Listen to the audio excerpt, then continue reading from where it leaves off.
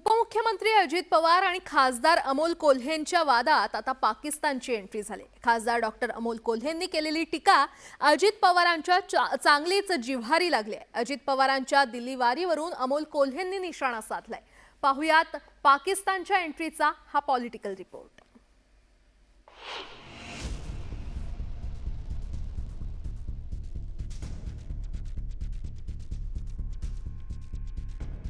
उपमुख्यमंत्री अजित पवारांनी नुकतीच दिल्लीवारी केली होती। लोकसभा निवडणुकीची घोषणा झाल्यावर सगळ्याच पक्षांकडून जागा वाटपासाठीच्या वाटाघाटी आणि चर्चा सुरू आहेत। काही चर्चा मुंबईत तर काही बैठका नवी दिल्लीत सुरू आहेत। उपमुख्यमंत्री अजित पवारही दिल्लीत जागा वाटपावर तोडगा काढण्याकरता गेले होते।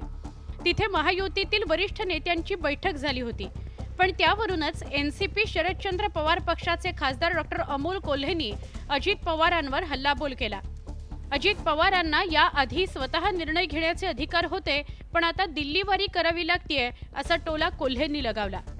हा महाराष्ट्राचा स्वाभिमान कुठं नेला जातोय याचं हे द्योतक आहे। कारण ज्यांना एकेकाळी स्वतः निर्णय ठामपणे घेण्याचे अधिकार होते, आज इतक्या मोठ्या नेत्यावर जर दिल्लीच्या मिनतवाऱ्या करण्याची वेळ येत असेल तर हे महाराष्ट्राच्या कोणत्याही मराठी माणसाला हे नक्की स्वाभिमानाला दुखावणार आहे। महाराष्ट्रात उमेदवारी देणारे आता दिल्लीत मागणारे झाले आहेत। हा खासदार अमोल कोल्हेंचा राजकीय घाव अजित पवारांच्या वर्मी लागला।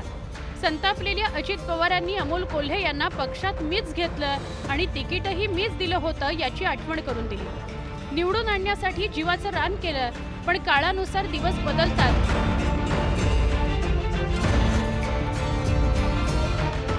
प्रत्येकाला आपलं मत मांडण्याचा अधिकार आहे असं म्हणत अजित पवारांनी अमोल कोल्हेंना उत्तर दिलं। दिल्ली आपल्याच देशात आहे ना, पाकिस्तानमध्ये नाही ना।